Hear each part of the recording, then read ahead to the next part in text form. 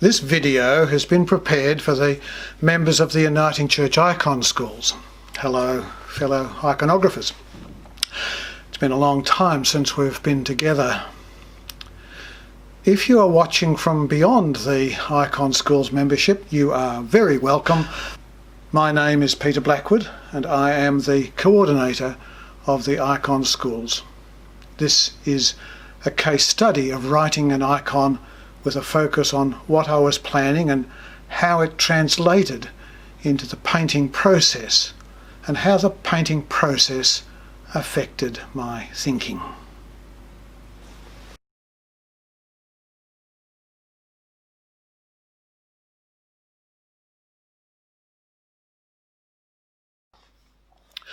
Peter Butler is the editor of With Love to the World, which is a devotional periodical. And Peter contacted me in January to ask if I had a photo of an icon suitable for the cover of the Pentecost edition of With Love to the World.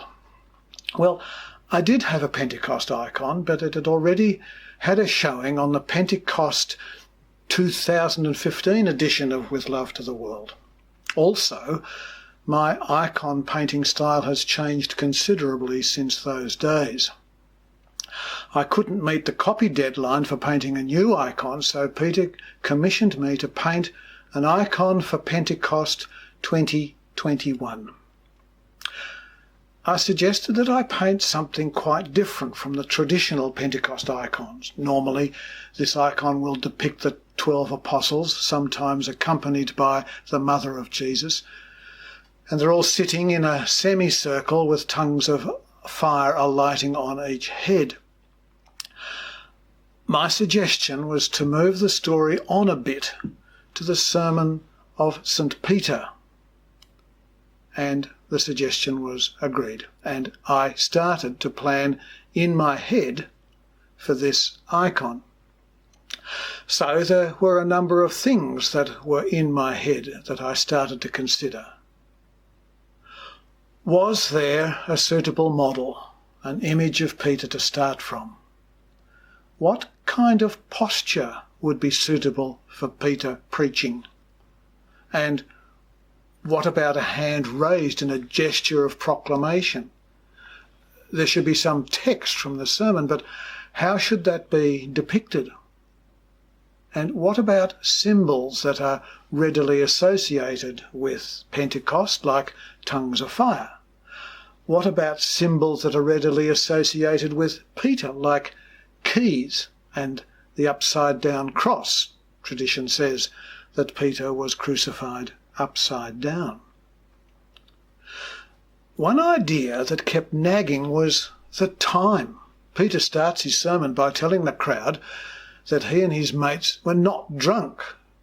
So they had all supposed that they were drunk, but Peter says, well, it's only 9 o'clock in the morning.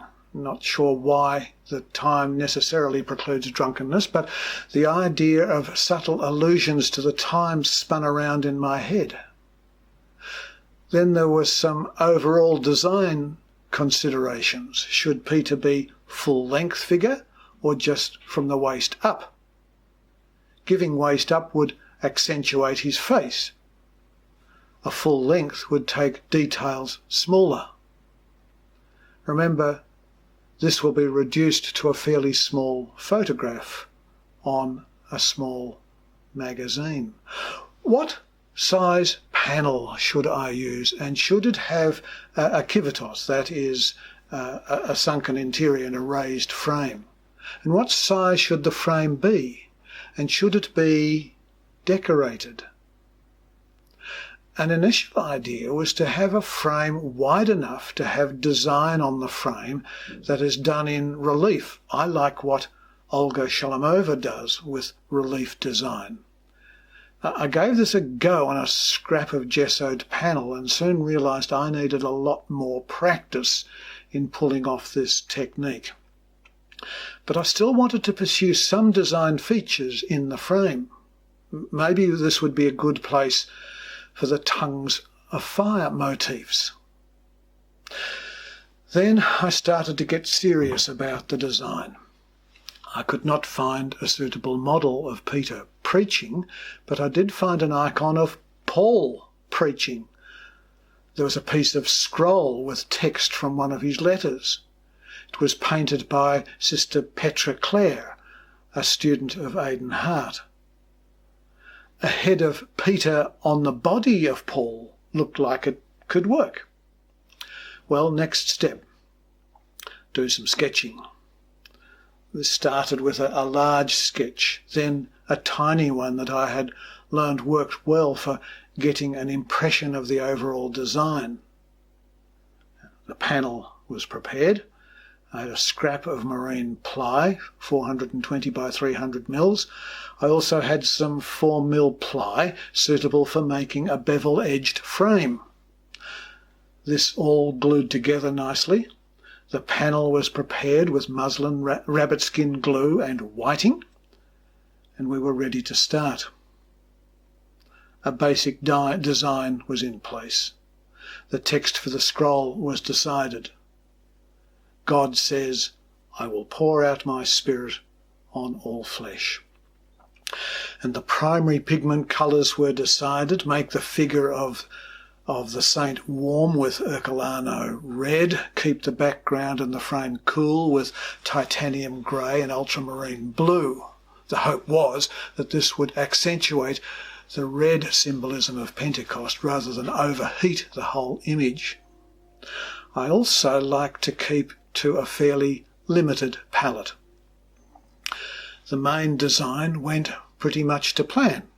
I did make a change to the shape of the scroll. It was looking a bit starched.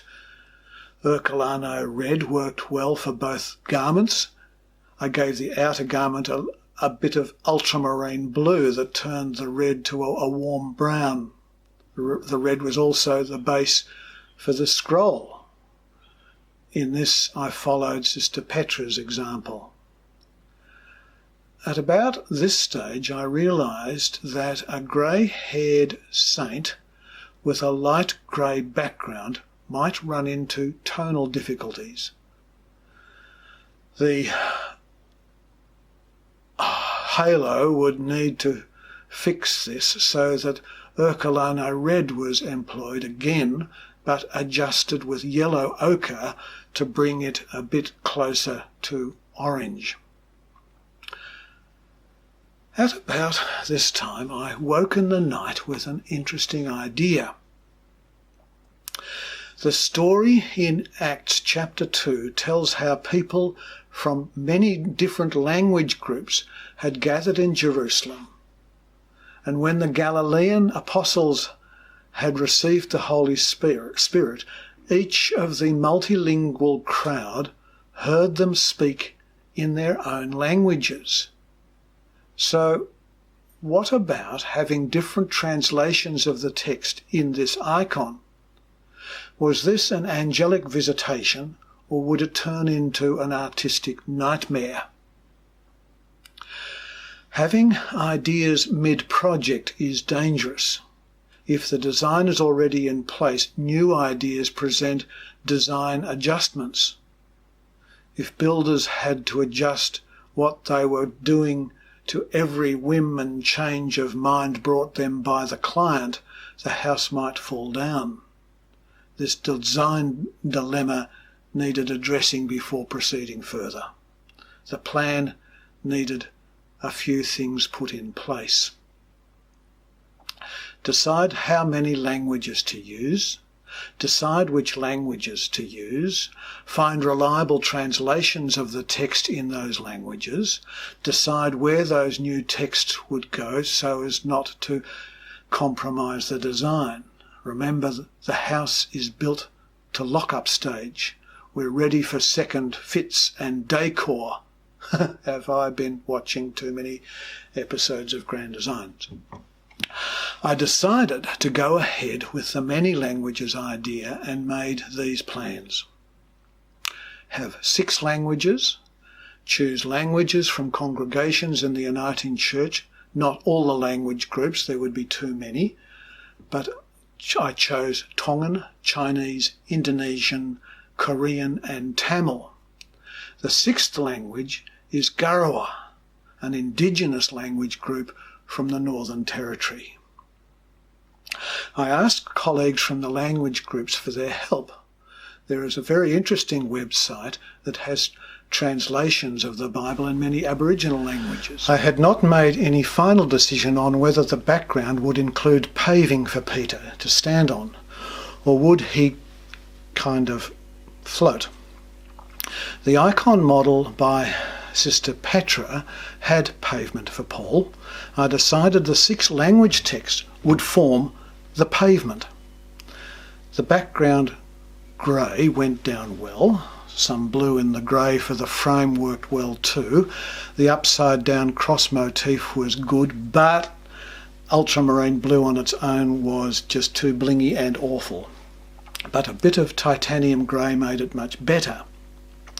The subtle red tongues of the fire on the frame didn't work, so they got scrubbed.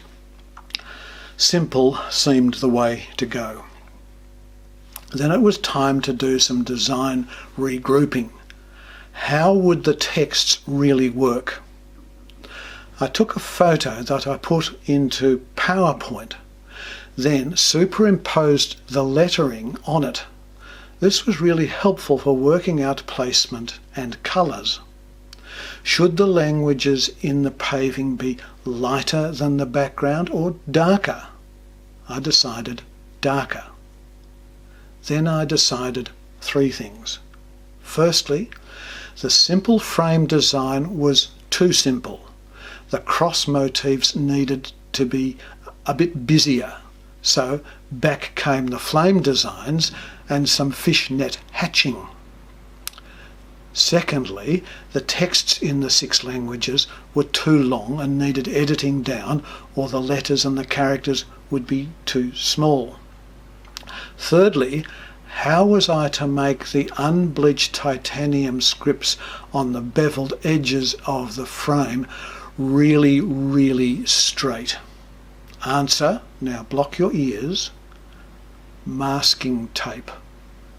Rationale, what would Rublev do? If Rublev had masking tape, would he use it? Well, I don't know, but I did, and I got tape for delicate surfaces, it said. Did it work? Yes, lovely straight edges, but in certain lights you can see where the tape had been. Not difficult to fix, but thought I should mention it. Then it was time for the lettering. Since I've been under instruction from Philip Davidov and Olga Shalamova, I've become nervous of tracing in iconography.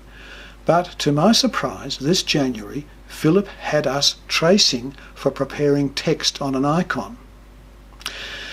In our school, we have recently been excited to discover that by tracing using dry red ochre on the back of our cartoon image, and we have been marvelling at what a clean, clear image it gives. This is the method I used for tracing the text to the icon. I wrote the lettering onto tracing paper, the case of the title inscriptions, St. Peter and Pentecost. I printed them from my computer. I did this also for the languages. I had them plotted in a table in Word for Windows and printed onto tracing paper so that they would trace exactly where I wanted them. I set the straight margins so that they lined up with the nearer frame, left for those on the left and right for the right margins for the right side. The scroll text was traced and painted over. The divine nouns and pronouns I painted in red, or Ercolano red. The remainder were in grey, darkened with Mars black. The inscriptions were in Ercolano red. The languages were going to be very small, and I was very nervous about having to paint over the traced letters and characters. One tracing idea I came upon recently using the dry pigment method was, rather than painting over the traced lines again, to paint egg tempera over the traced pigment and seal it onto the panel. Could this work for my 6 languages? So instead of using red ochre for the tracing, I mixed titanium grey plus a little ultramarine and a little Mars black, and mixed this with a mortar and pestle. Then I traced not with a ballpoint pen, but with a finer, harder pointed instrument. It's an inscribing tool available at Officeworks. And then I painted over the area with egg tempera, and it looked a bit yellow tinged for a while, but it has settled down. Does this pavement of text translations work? It will not be easy to read the texts in the small photo.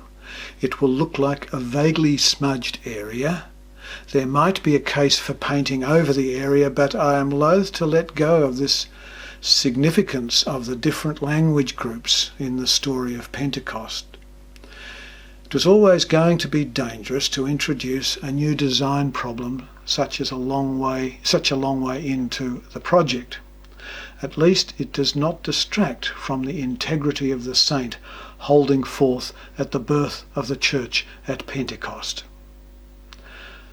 Now, what happened to the 9 o'clock motif and Peter's keys?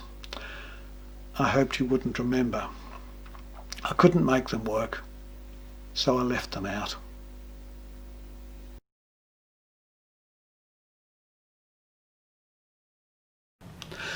This is a postscript. I've been looking at this icon of St. Peter preaching at Pentecost for a couple of weeks now, and I've grown uneasy about the translations on the paving. It just looks like smudges. It's okay close up, but step back a few paces and it's actually distracting rather than attracting attention to the saint. As I have already said, I'm very nervous about painting over these very, very fine texts. The chances of a blob happening just scared me witless. However, I have taken courage in one hand and a Zero Kolinsky brush in the other, and I added egg tempera to the dry pigment mix that I had kept, and I painted with the icon on my knee, and I painted over each of the letters and characters in the translation. And it worked. So I'm glad I did finish this icon off as it should be finished.